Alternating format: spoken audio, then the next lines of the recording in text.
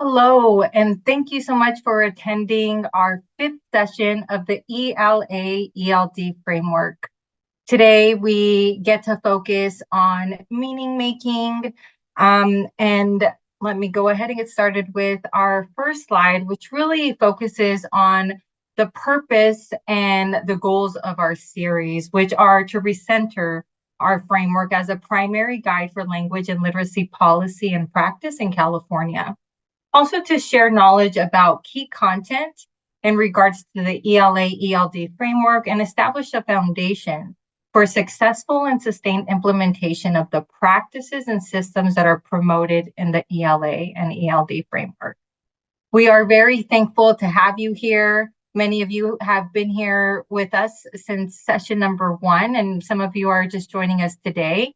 Again, session 5, we are now at session 5, and we're not done. We have another 4 sessions to go, which I'll share about in just a second. But before we do, I want to go ahead and start us off with a quick poll. And what we want to know is, and I want to go ahead and get this started here. So we'd like to know who is joining us today. Classroom teachers or paraprofessionals, if you're a librarian or a specialist, family or community member, an instructional coach, maybe a school or district administrator, county office, higher ed or educational organization, CDE or other state agency, policymaker, or other. And I'm going to wait for us to get to 80% before we get done here. All right, we're at 73, almost there. Okay, all right, perfect. Okay, so I'm going to end the poll here. Looks like we have a lot of 22% classroom teachers, 22% school and district administrators. That is awesome. Instructional coaches are also being represented, which is amazing. Thank you again for those librarians, county offices, higher ed, policymaker, others. If you're a parent who's here, thank you for being here with us today. And again, sharing with being able to learn and glean from the knowledge of the very own authors of the framework. So I will introduce them in just a second. But again, this is our webinar series around California's ELA ELD framework. It's the Recentering 20 of this year. And so far, we've done an overview of what is the framework. We've gone over the foundational skills theme. We've talked about ELD and multilingual programs, language development, and today we get to focus on meaning making. We have 4 more upcoming webinars, and we also hope to see you there. Next one will be February 13th on effective expression. So to get us started, I want to just go over the agenda and what we're planning to share with everyone today. And that is that, of course, we're going to be starting off with a welcome and opening and remarks. We're going to go over meaning making theme and the overview, meaning making in elementary, meaning making at the secondary level, middle school, high school, meaning making. We're actually going to get some time to explore and discuss meaning making using a guidance document, which we'll share with you a little later. And then we'll do closing and next steps. I do want to point out that at the bottom of your window in that little bar, there is a Q&A.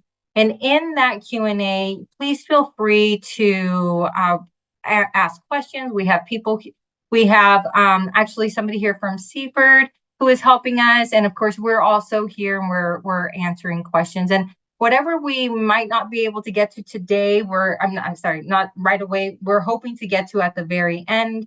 And if there's a lot of questions, possibly being able to do FAQ afterwards if necessary. Today, we're hoping that individuals walk away with the understanding of the big ideas around meaning-making theme in the ELA ELD framework. And also that we're identifying sections in the ELA ELD framework that guide effective meaning-making instructions for grades TK all the way to 12. and determining what are some of the next steps in using the framework to expand our knowledge, also enhance our practices, so we can support students in meaning making and overall, so we can support reading by third grade and beyond. Throughout the webinar today, you're going to have a few actually opportunities to do some pause and reflecting. And we would like to have some guiding questions as you are doing that. Also some guiding questions as you're receiving information and to help you process what the information that is being shared. So during the session, get a paper, get pencil, your laptop, however it is that you take notes on the following question. What is resonating with you? What are you excited to hear? What are some key points that everyone you work with should know about? What do you want to remember? And what are questions that are going to what are you going to learn more about or try out the next time? As well as what are some questions that you still have? And you'll also have an opportunity to write your reflections on a Padlet a little later, and you can also post these wonderings or these ideas or reflections on there. And then again, later in the session, you'll have a chance to post your reflections on a Padlet. I'm going to ask the co-authors of the framework to come off video. I'd love to introduce them. It's very exciting that they're here all the time and they're putting all of this together, and they're sharing the information that they've put together with the ELA ELD framework. So you'll see on the screen Nancy Brennelson. You'll also see Dr. Yop and Dr. Spiescher. Thank you just so much for, again, sharing your knowledge and the time that you've put into making this happen. Thank you. And we'll have them all on in a little bit individually, but they'll all be on. We also want to, Superintendent Thurmond was unable to be here at this point, but we want to go ahead and acknowledge his leadership and ensuring that we are moving forward with making reading by third grade a top priority and initiative in California, and allowing us the room to hold these webinars. So we're going to go ahead and get started, and I'm going to, Dr. Spiescher is actually going to come on, and she is going to talk to us, give us an overview about the meaning-making theme. So I have a question for Dr. Spiescher, and that question, and I'm not sure if I see you on, but it just might be my camera. I'm here. Okay, there we go. It is my camera, my bad, or my video. So my question to you, Dr. Spiescher, is what are some key takeaways about the meaning-making theme? Great question. And thank you so much for Bonnie. Thank you so much, Bonnie. And thank you everyone for being here. It's just such a pleasure to see so many people coming, and you have stamina. You're here. It's the 5th session. We know it's a lot of information, and we really appreciate you being here and being part of this community. And if you're joining for the first time, please be sure to come back. So as Bonnie said, I'm going to provide a brief overview of the meaning-making theme. And the information that I'm going to be sharing is from Chapter 2 of the framework, which we sort of think of as the mothership of the framework, because it explains everything in the circles of implementation, which I'm going to show in just a moment, which is sort of the framework in a nutshell. So you'll find information about all the themes, about integrated and designated ELD, about different types of instruction, etc. So briefly on the next slide, speaking of the circles of implementation, the graphic really, as I said, provides the big picture of implementing ELA, language and literacy, and ELD instruction in California. And I'm not going to spend too much time, but I just want to provide a brief overview in case this is new for you, because it's a really, really important graphic, and you'll find it all over the framework. It's really, it really represents California's conceptual model for comprehensive and integrated literacy and language and literacy. And it basically the orange ring on the outside, that's our goal. So for example, by the end of 12th grade, we want to make sure that all of our students are broadly literate, that they are able to interact meaningfully with a range of texts and oral discourse, et cetera, so that they can be full participants in our society.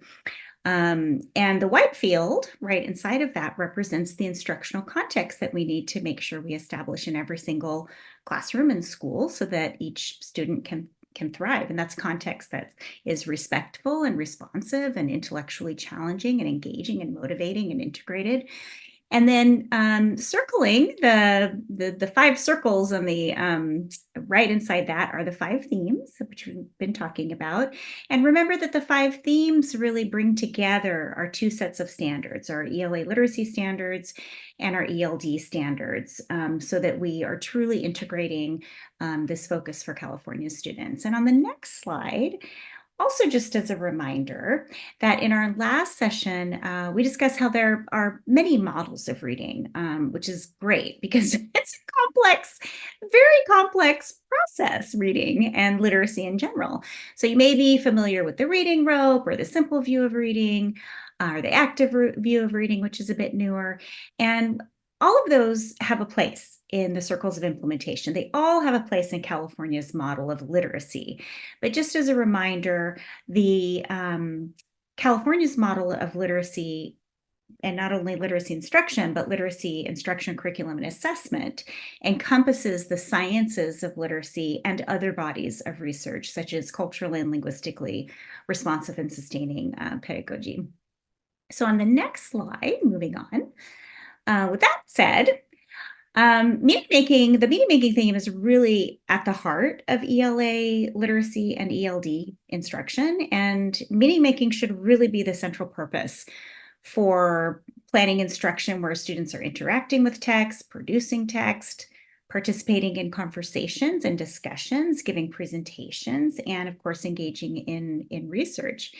And the theme and just meaning making in general is integral to the other 4 themes.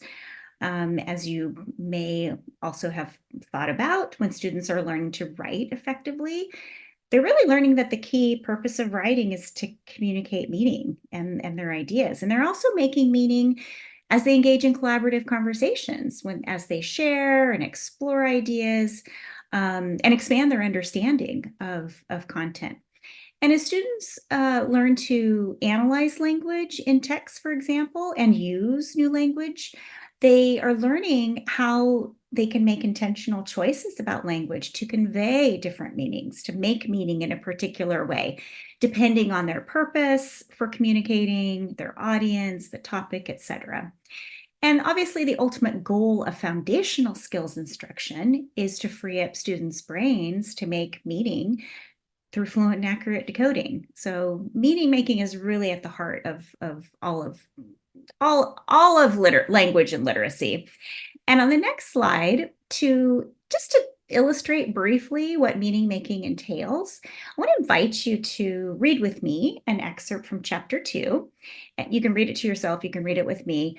And what I'd like you to be thinking about is what skills and knowledge are you as a proficient reader activating to make meaning with this text? And I'll read it aloud in case you're driving or not looking at your computer because you've been looking at a screen all day.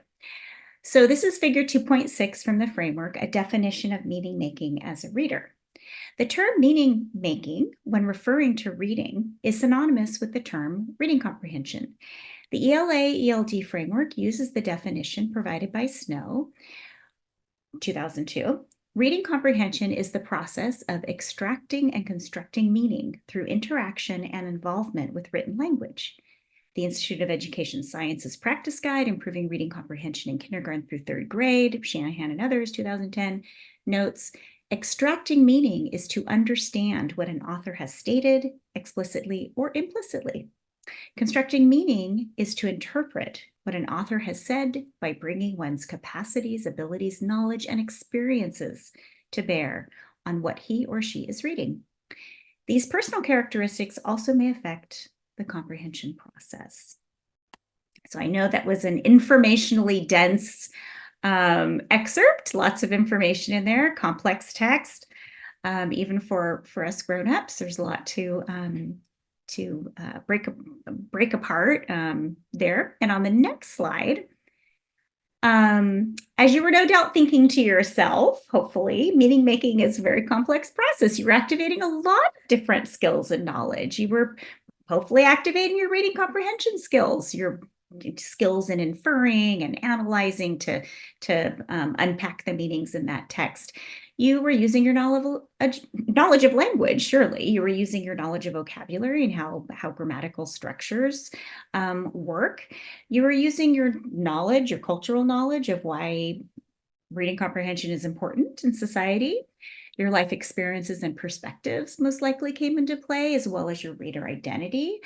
And whether you were motivated to read that probably came into play. If it didn't feel relevant to you, you probably weren't making meaning as strongly as you could have. And of course, if you were lucky enough to be a multilingual person, you were most likely bringing in some both knowledge and reading skills and language transferred from your first language. So a lot was going on there. And just to kind of make the point that I think we all understand that meaning making is complex.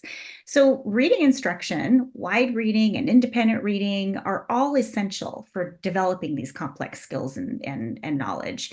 The quantity and quality of text students are reading is really critical to meaning making. You can't become a proficient meaning maker of lots of different kinds of texts unless you read a lot and unless you read a variety of complex texts in a range of genres and across the disciplines, which all of you have done, which is why you're proficient readers.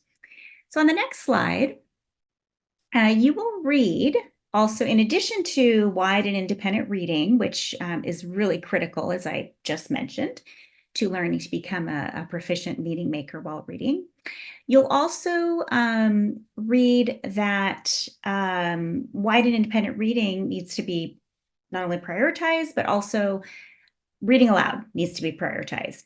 And this is because listening comprehension outpaces reading comprehension until about grade 8. And so essentially, reading aloud to students engages them with complex text that is more intellectually rich and linguistically rich and challenging than they can read independently themselves as they're developing as independent readers.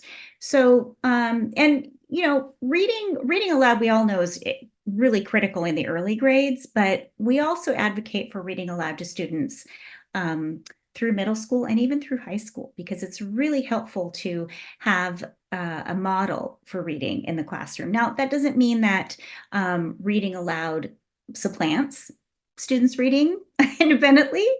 It complements it, it supplements. So on the next slide, you will read that in chapter 2, we just, as I said, we are advocating for reading aloud to children and students of all ages. And that's because it has a lot of benefits. And this is another excerpt on from page 58. These are some of the benefits of reading aloud to students. And to maximize these benefits, though, reading aloud really needs to be highly interactive. And that implies that students are not just passive listeners. They're listening actively, and they're thinking and really engaging with the ideas. They're actively interpreting what they are hearing when teachers pause to ask questions while reading, when they explain terms and concepts, when they give students opportunities to ask questions and talk to their peers about what's being read aloud. So we're not saying just, read to students, without any kind of interaction. We're actually saying it needs to be highly interactive. And if it is interactive, you'll see these benefits happen. It provides students with a model of reading, as I mentioned earlier, model of proficient reading, fluent and accurate reading, and sort of the prosody of reading, which is wonderful. It contributes to their motivation for reading, because it exposes them to texts that are, again, as I said earlier, they are not necessarily able to access on their own independently yet. texts that have amazing content, amazing language, amazing ideas. And so it's really contributing to their knowledge of the world, their knowledge of reading strategies and skills, and their knowledge of different types of genres. So that's sort of to pique your interest about that section in the framework. And on the next slide, I've been talking about complex texts, and people talk about complex texts a lot.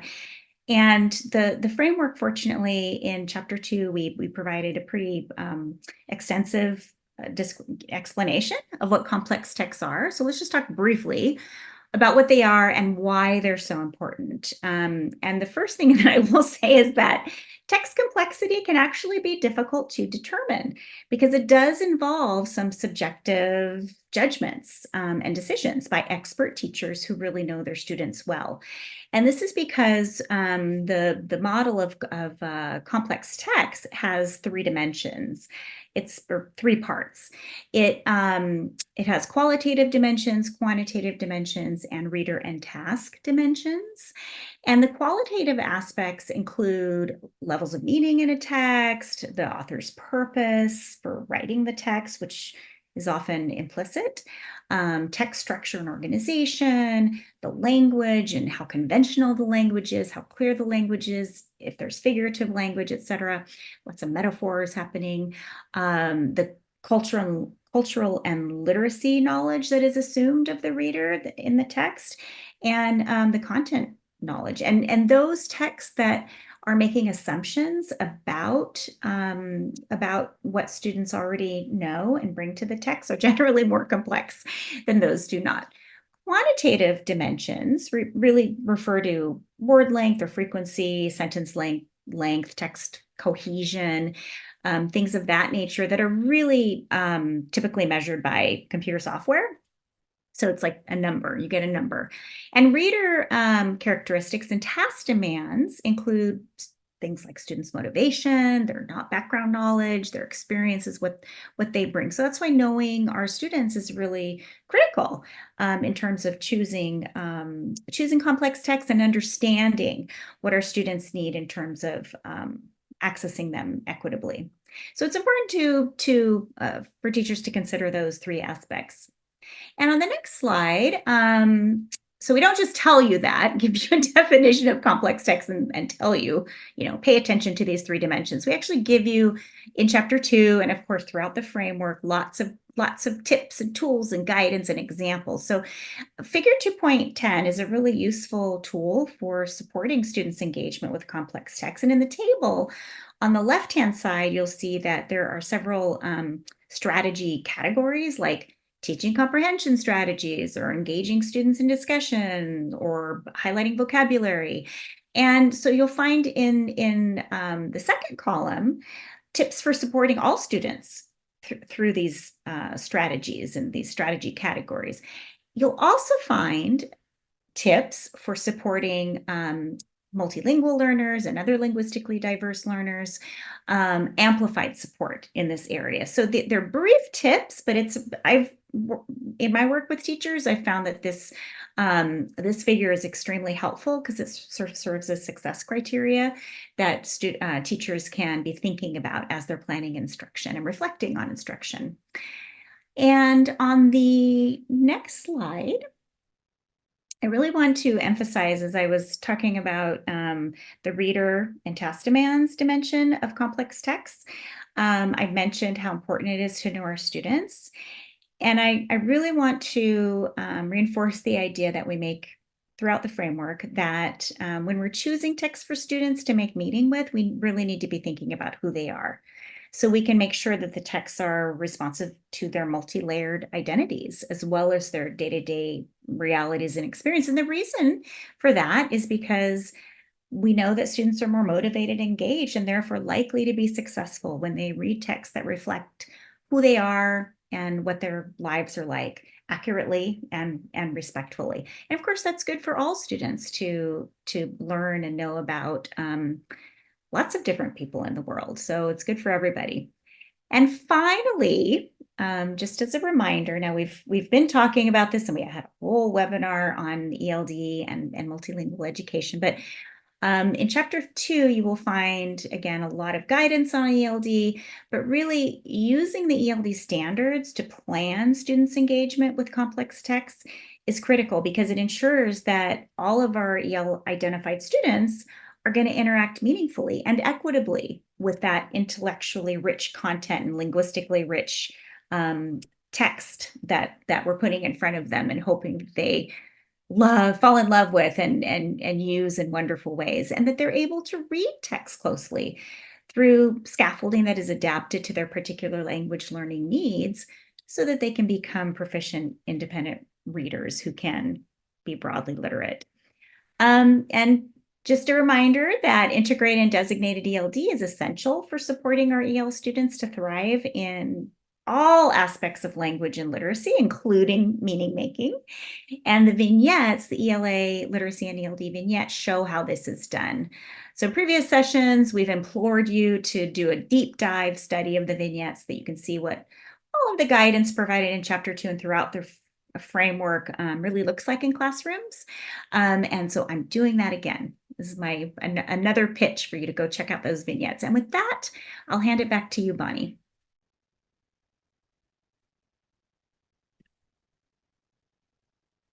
I was muted. Thank you, Dr. Speaker, for the overview on meaning making. I really enjoyed, especially myself, the part around complex text and how to look and analyze that. So in the chat, I am sharing a Padlet, and we're going to do a quick pause and reflect. And the directions are for you to post a reflection on the Padlet. It's bit.ly/1-9-24 Padlet using these guiding questions. What resonates with you? What are you excited to hear about or excited to hear? What questions do you have? And for you to either like or comment on other people's posts.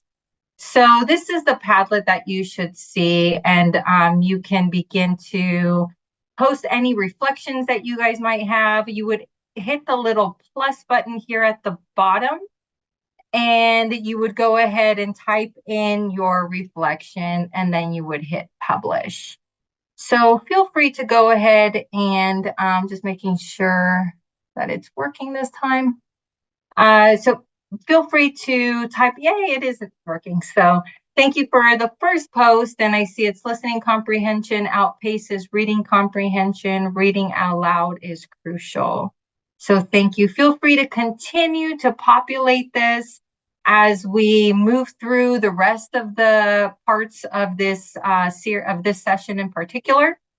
And with that, I am going to move into our next section of this presentation.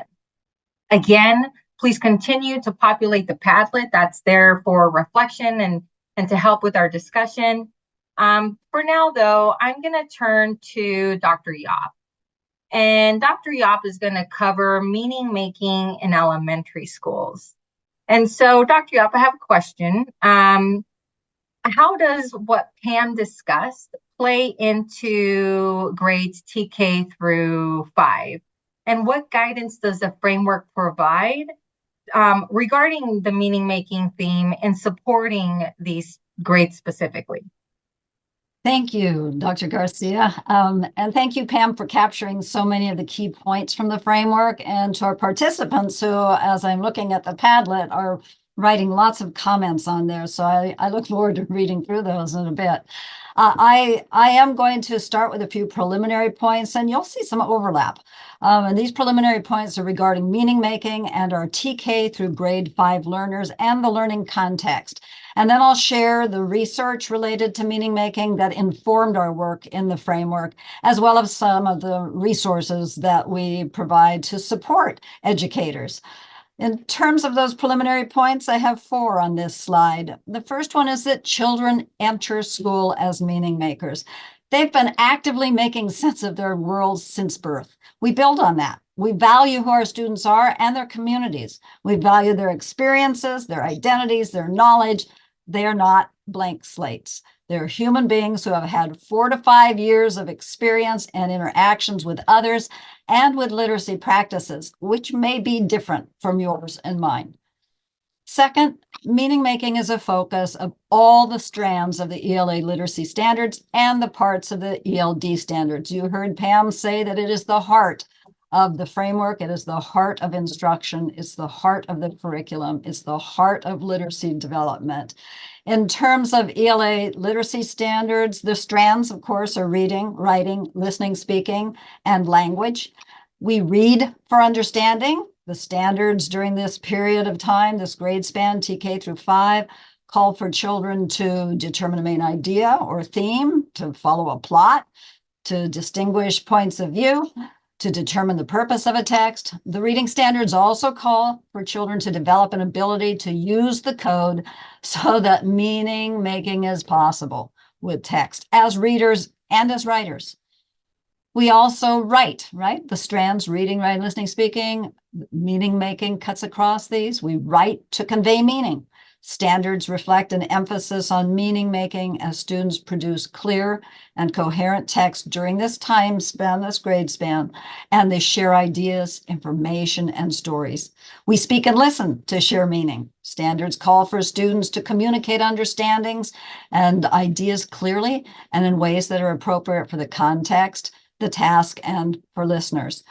We learn language to express meaning. Language standards emphasize a growing awareness of how vocabulary and grammatical structures affect our ability to convey meaning. The point is, meaning making occurs in all of those strands of the ELA and ELD standards. It is a very obvious part of the processes for all of those standards, as well as with the parts of the ELD standards. Part 1, in terms of interacting in meaningful ways, centering on collaborative, interpretive, and productive communication. Part 2, learning about how English works so that we can interpret and convey meaning, including nuanced meaning and different ways of using language to convey meaning. And of course, Part 3, the foundational skills, again, in order to access and use printed language for meaningful purposes. See webinar 3 for a discussion of ELD standards and supporting our EL identified learners. The fact that all the strands and all the parts of the standards include attention to meaning making is a reason that meaning making was identified as a cross-cutting theme in the framework. There are those 5 cross-cutting themes, which are those circles that are not the outer circle, not the inner circle, but those other circles. I'll show the graphic again shortly. Another point is that many standards or clusters of standards contribute to meaning making. So not only is meaning making called for in all those other standards, but each of these clusters, there's lots of clusters of standards.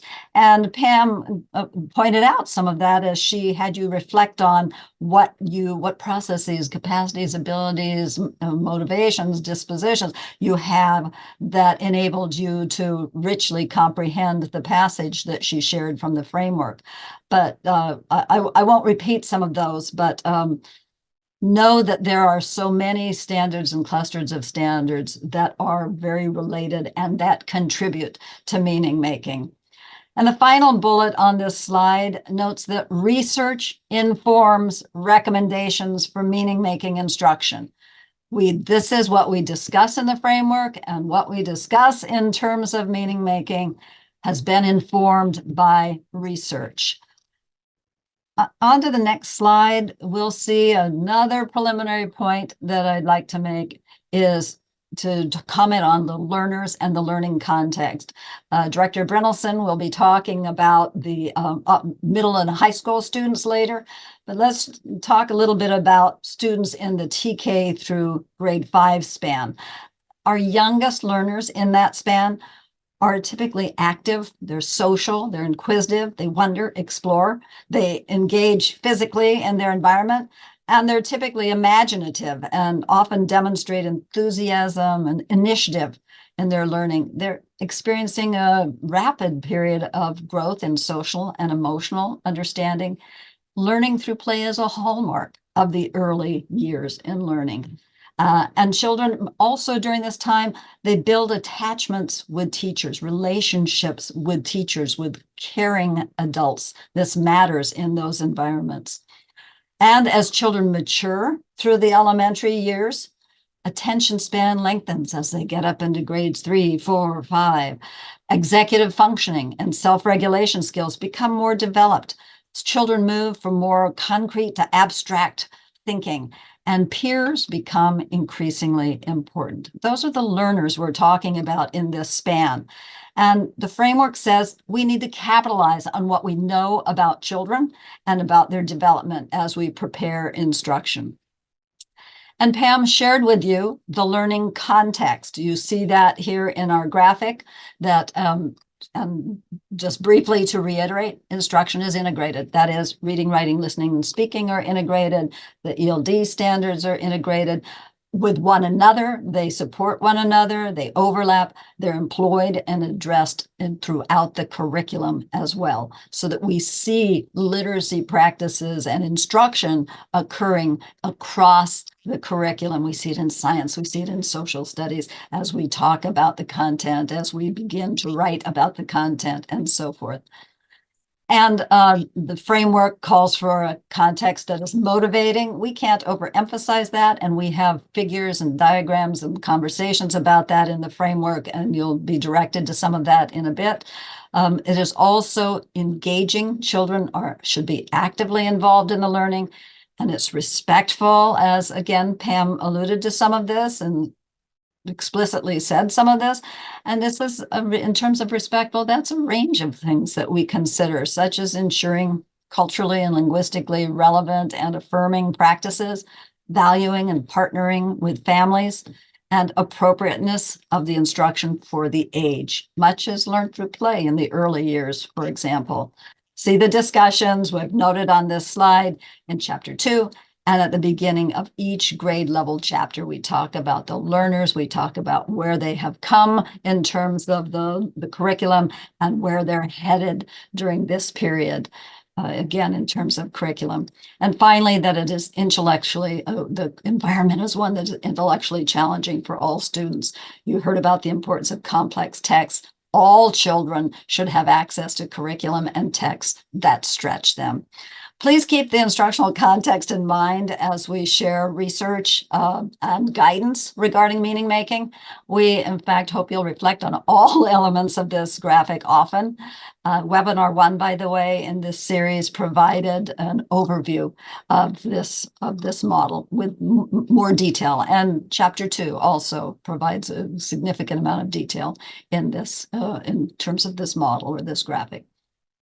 On the next slide, I'll begin to talk about the research and the implications of that. And one of the questions to occur, and that may pop into someone's head as they hear about importance of this skill or that and so forth, is can attention to meaning making wait until other skills are learned? And the answer is no. No order is implied or explicitly stated in the framework regarding cross-cutting themes. They are addressed and to be addressed at all grade levels, with some receiving greater emphasis at certain periods. Specifically significant, but not exclusive, attention should be given to the foundational skills in the early years.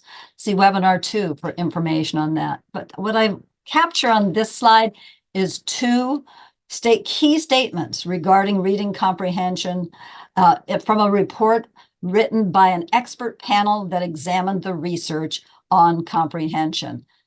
Quote, students who read with understanding at an early age gain access to a broader range of texts, knowledge, and educational opportunities, making early reading comprehension instruction particularly crucial. Quote, the panel believes students should begin learning how to comprehend text effectively from their earliest school years. Thus, it is crucial that meaning making isn't set aside completely while we attend other themes. It is not delayed. It is attended to from the first day that students enter our classrooms. And the next slide, we'll see some of the recommendations from the report. So Bonnie, if you could move to the next slide. Thank you. Recommendations from the report. In the framework, we share these recommendations and we provide guidance regarding comprehension instruction from the panel's report. Here's the 5 key recommendations. 1, teach students how to use reading comprehension strategies. We teach it. We model it. We provide examples of it. I'll talk more about this shortly. Teach students to identify and use a text organizational structure. Guide students through focused, high-quality discussion of the meaning of a text. Select text purposefully to support comprehension development. That means multiple genres. That means high-quality texts.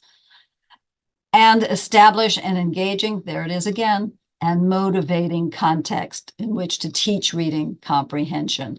These are findings. These are the recommendations based on the conclusions drawn by the research panel from the Institute of Education Studies.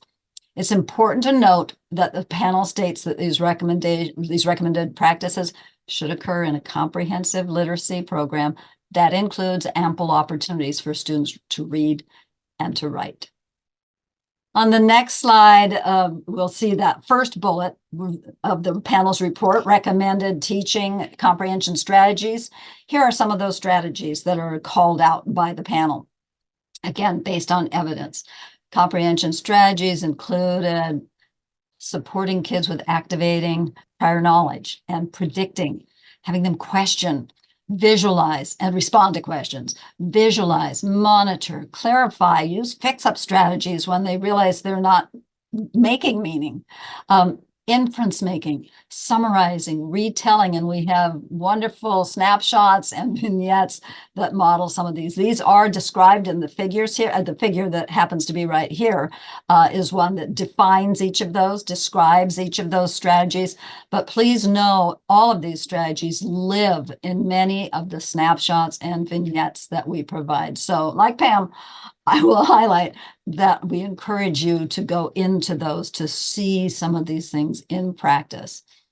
On the next slide is another one of the comprehension strategies, one of those comprehension strategies, and that's questioning. As you likely have experienced, educators are encouraged to use text-dependent questions that focus on the important ideas in a text or take students deeper into a text, that help them wrestle with difficult sections. You know, they're designed intentionally to support students' understanding of themes and ideas. And they're especially important as children are reading or listening to increasingly complex text. We provide information about text-dependent questions in several figures. Examples or screenshots of examples are here, figures 2.11, 3.4, 5.9. And when you see that first number in a figure, 2 point something, or in a snapshot, 2 point something, the 2 refers to the chapter number. 3.4 would be in chapter 3. 5.9 would be in chapter 5. Next slide, please. Also identified in the panel's report was a recommendation to guide students through focused, high-quality discussions. On this slide, we share the research related to success in discussions as they occur around a text. What is the research showing about how to engage students in successful discussions? And these are quickly, because we'll be talking about this in an upcoming webinar, specifically webinar 6, which is our next webinar, the one that occurs in February. We want to ensure that texts are compelling enough to spark discussion, that we prepare some higher order questions to prompt students to think deeply, that we ask follow-up questions to push students' thinking and understanding, and that we provide opportunities with ample scaffolding for students to engage in peer-led instructions. This is a different report from a different panel. Yes, the first panel I commented on says use high-quality discussions, that contributes to comprehension. And then there was follow-up research with another panel that concluded, based on the research, that these are some key recommendations they feel confident in making. So again, there are details provided here, and there were details provided in our last webinar regarding language development, where we provided some prompts and some ways of getting students to respond and the different roles and peer-led conversation discussions. So we encourage you to go back to the last webinar and visit us for the next webinar. And finally, I'd like to comment on this one because I don't think it is addressed significantly. In fact, there are a number of studies that are saying that there's not a lot of this happening in many classrooms. And that is writing. Research indicates that writing is related to comprehension of text. Recommendations for of yet another panel, find that the following behaviors, following practices contribute to comprehension. Writing an extended response to a text, writing a summary about a text, taking notes about a text, receiving writing instruction, increasing the amount of writing. And yes, this is relevant and apropos to the TK through grade 5 grade span, as well as to the older grade spans. So that's in a nutshell some of the key ideas that we wanted to share with you regarding this grade span. Dr. Garcia.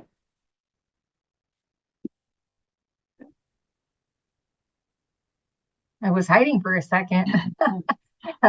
And then it looked like I scrolled too quickly. I apologize for that, Dr. Yap. We are going to move into another quick pause and reflect. I have the Padlet in the link in the chat again. The directions would be to take a quick second and know any, wow, this is amazing. Know anything that resonates with you, anything that was exciting for you to hear, some questions that you still might have, or possibly liking or commenting on other individuals' posts. So I can see that we have a lot of good feedback that we're going to be able to come to, and I just appreciate you taking a second to do that. And I'm going to have you continue to do that as I transition to our next section.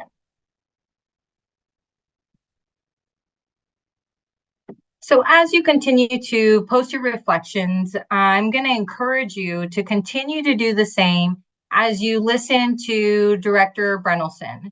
And as she speaks to us about meaning making at the secondary level. So meaning making at the middle school and the high school level. So Director Brennelson, if you would come on, and I have a question for you.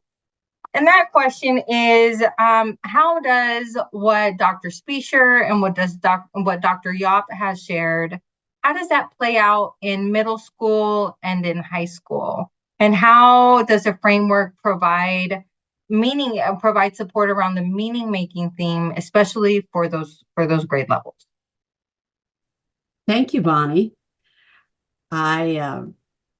I want to emphasize that everything that Pam and Hallie presented applies to students in middle and high school, particularly reading comprehension strategies, questioning, discussion, and writing. We will focus on, I will focus a bit more on some of that.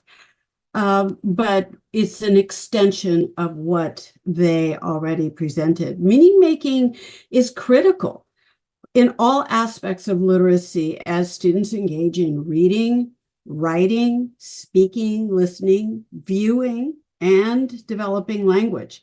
So in this portion of the webinar, I'm going to speak to the impact of adolescent development, because you know that our middle schoolers and high schoolers are going through a lot biologically. Highlight the demands of the standards for ELA and ELD at these grades, expand specifically on questioning, and finally point to resources for supporting students to do this and to scaffold that.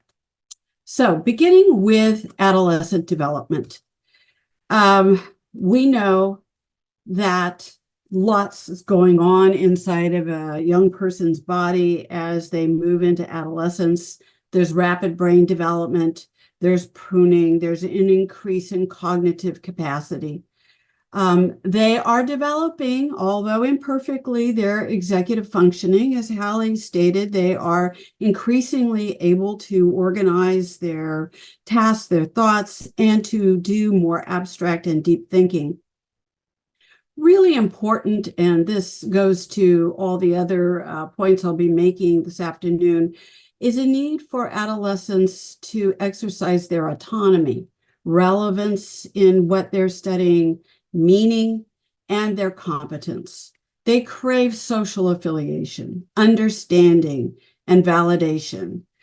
They have an increasing need for independence, exploration, novelty, and flexibility. So we come back to what we started with, was the importance of motivation, authentic engagement, and stamina, because things get a little more complex as we move through the grades. And the next slide.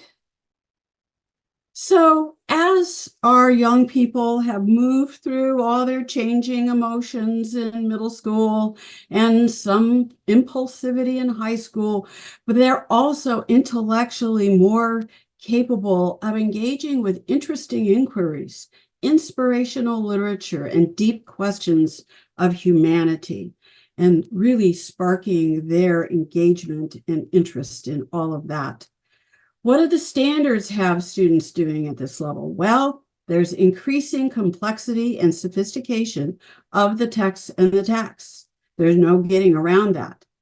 There's a shift in sixth grade. We've moved from opinions, reasons, and details to argumentation, a greater emphasis on textual evidence, and as we move into high school, claims and counterclaims. Integration, analysis, synthesis of multiple pieces of evidence. In fact, multiplicity of all sorts of things: sources, genres, authors, motivations of characters, representations, perspectives, themes, and ideas. And so the expectation is that students at this level are going to be able to hold in their minds, conflicting perspectives and evidence. And final point, growing volume of reading and writing. So do we leave reading aloud behind? No, we're still reading aloud to older students, but with a different purpose, because we really want to engage them in reading texts themselves, but we're illustrating and modeling the power of language and particular points. So there is that fine line there. That volume is critical. As I said, I wanted to take a deeper dive on this issue of questions. First of all, students are posing questions and are encouraged by the standards to question more and consider the impact of authors' choices of language and text structure. And for some students, this may be the first time that they consider that a content area text may not represent the indisputable truth, or that a literary text can be interrogated for its choices in presentation and ideas. And this is really the beginning of rhetorical analysis. What was the author's purpose? Who was the intended audience? What was the author's main idea or argument?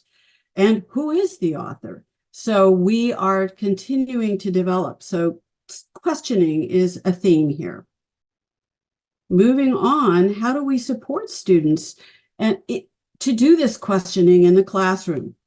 McTighe and Wiggins talk about creating a questioning culture, and I've noted some of the pages from the framework where we note this. Creating conditions of collective inquiry and active intellectual engagement beyond correct answers and demonstrations of understanding. Not that we're not doing that or emphasizing that as appropriate. So key to this is the importance of debatable or essential questions. Debatable questions are ones that there may be multiple answers to, or we don't know the ultimate correct answer. They're thought-provoking, they're open-ended, they require evidence and justification, they require thinking on the part of students. And so as students consider texts, and when I say texts, I'm broad in that. It's not only what they read, but it's what they write, and it's also what they say and present. So as they consider their own texts that they create and others' texts from different perspectives, that's the real emphasis here. A couple of strategies that we emphasize in the framework are reading with the grain, or listening to the text, sort of going along with it, and then against the grain, reading it from a skeptical perspective, or that's Bean, Chappell, and Gillum talk about that. You'll see them cited on page 769, but also Peter Elbow's playing the believing and doubting game. So I'm believing what this author is saying. I'm going to doubt and think about how those come together. Next slide. So how do we make all of this high-level intellectual work happen? We are continuing to scaffold students' learning and support them. And there are a number of figures and activities throughout chapters 6 and 7 in the framework. Text-dependent questions, breaking down all the pieces, questions that you can find right in the text, questions that can only be answered by inferring and looking closer and analyzing the text. Doing writing. Remember what Hallie said about all of the writing things that support comprehension. Summarizing is critical. We need to understand the text first. Modeling for students are thinking about how we're making meaning in a text. Another strategy you may want to take a look at is this is really about in figure 6.26, which helps students think about an analysis of not only what is the text saying, but what is it really saying? Next slide. And just a few more strategies. The comprehension strategies, the same ones that Hallie said, and you'll notice that they're not all just reading, they're also writing to comprehend. There's a great chart in the framework, figure 7.6, on what good readers do when they read. They're active, and David Pearson, Nell Duke, and others developed that. Where most of us are familiar with questioning the author, which is a strategy. It involves discussion for really looking deeply at text and what the author is saying. And then I threw in one from ERWC, which many of us at secondary know and love, from their High Impact Strategies Toolkit, which you can find online without needing a password. Descriptive outlining. What is a text saying? And then what is it doing? Is it introducing? Is it providing details, etc.? Those are just some strategies to support students to do this intellectually demanding work. It can be done. And then to wrap up, I'll just remind you of the same diagram that we looked at with Pam and Hallie in terms of text complexity. It's really critical that we as teachers analyze the text that we are using with our students so that we know the types of questions to create and how to support them as they navigate structure, language, knowledge demands, and levels of meaning. It's an exciting time in the life of students and for teachers. And so now I will turn it back to Bonnie. Thank you. And thank you for all of that information. I want to thank you, Director Brennelson and Dr. Spiescher, Dr. Yap, for providing your overview, also examples and resources to support both the primary and the secondary grades. Now we're going to have an opportunity to really explore and reflect a little more around the meaning-making theme. And in a second, you're going to go back to your Padlet. I'm going to, in fact, I am putting the links to both the Padlet and the guiding document for this next section in the chat. So you're going to use the guiding document to help your reflection on the Padlet. So for activity 2, explore and reflect, the directions are to use the meaning-making theme guidance document that's located. There's a link located in the Padlet. There's also the link in the chat. You're going to choose something in that is interesting and worth exploring. And then post your reflections in the Padlet. Again, bit.ly/1-9-24 Padlet, and use these guiding questions. What resonates you? What are you excited to hear? What questions do you have? And or like or comment on other people's posts. The guiding document looks like this. I'm going to make this a little bit bigger.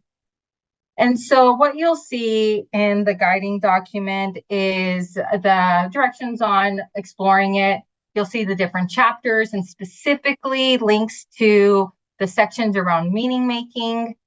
I'm going to scroll slowly because I don't want to make anybody sick. And then here are the guidance documents that we have for all of the other webinars that we've had. So for webinar 2, webinar 1, 2, 3, and 4. We also have some resource links. And so you'll see the ELA, ELD framework related documents, and then other resources as well. So please take some time to take a look at that. And then also go back to this Padlet and provide us with some reflection on what you're gathering from these documents. So I'm actually going to make this bigger right now. And I'm going to invite either or all of our speakers today, if they'd like to go ahead and unmic for a little bit, if you'd like to comment on some of these reflections so far.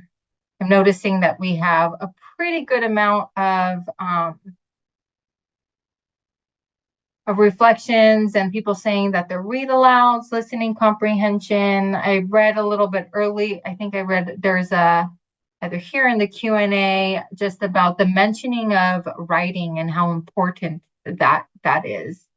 So I am going to go ahead. I'm going to give you about 4 minutes or so to probably 3 minutes to go ahead and to look into the guiding document. And I'm going to stop talking so you'll have some time to reflect. So I'm just going to make a couple of comments from some of the things that I'm noticing. And I'm noticing that there's a lot on people being thankful that reading or listening comprehension is being encouraged, that oral fluency is being highlighted, that read alouds are being encouraged, cultural relevance, and I love this, the amplification of different voices.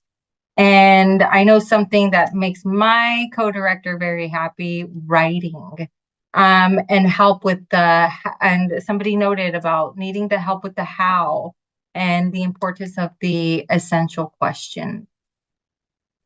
And Bonnie, since you gave me that opening, let me talk just a little bit about writing, because I noticed that comment about how. Really, some of those strategies that I presented for grades 6 through 12, the last couple of slides, really help students engage with the text closely. And then as we guide them in taking notes in that process, this is something that the teacher is involved with, they will then have those notes to take to the writing they do. So that's the help we need to give them in terms of connecting the reading that they've done and the way they've processed it with the writing that they're going to do. I think we've assumed this great big canyon in between, and actually we're writing all along as we're reading, and then we have those notes to help us as we write later on. Thank you for that. And thank you for unmiking and saying that. And may I add something to that? That I appreciated all those comments about writing too. And I just want to point out again that our February webinar on effective expression will address writing, and we'll talk about some of the specifics. This was just a quick sweep and overview about its connection with comprehension, but we'll be more specific in that webinar because it ties in with that theme really nicely.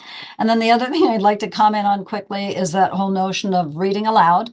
And so, yes, the framework team and our collaborator, Bonnie, now as part of all this effort that we're doing, is we all advocate for reading aloud.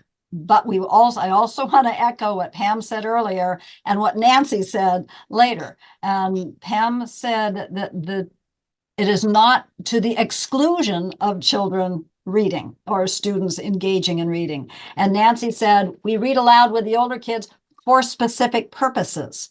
And I'd just like to add, one of those purposes is not to help children avoid wrestling with text. They need to have that opportunity to wrestle with text with our guidance, right? With our support. But that is done in addition to also reading aloud for all those other purposes that were shared in one of our earlier slides. I love that. And I love that distinction. I also love this last comment here where they said meaning extraction versus meaning making, such a crucial distinction.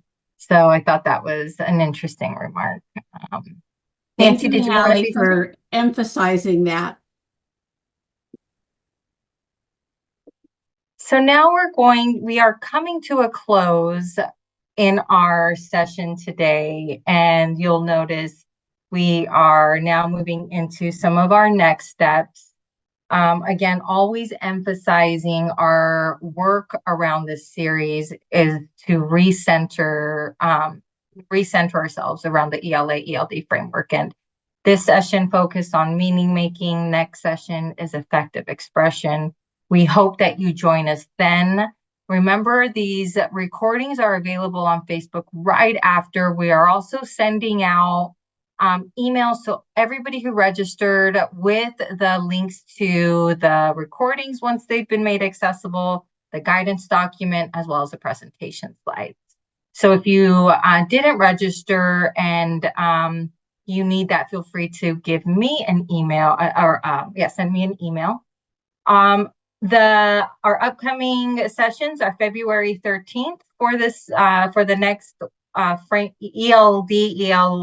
ELA/ELD Framework webinar session. And again, it's on effective expression. March 12th on content knowledge, April 9th on assessment and intervention, and we round it off with systems for implementation and the California Literacy Roadmap. So very excited to have instructional coaches, as well, literacy coaches, as well as admin here for all of them. And it'll be especially important when we meet on May 14th. So if you have, I'm going to post the link to our survey in the chat for a second, and then just a second. Apologize. There we go. And if you have any questions for Nancy or I, please feel free to give us a call, or you can email us at our email us. I'm at bogarcia@cde.ca.gov, 916-445-7098, and Director Brenelson is at nbrenelson@cde.ca.gov, 916-445-2426. And with that, we thank you for attending, and we look forward to having you at our next session.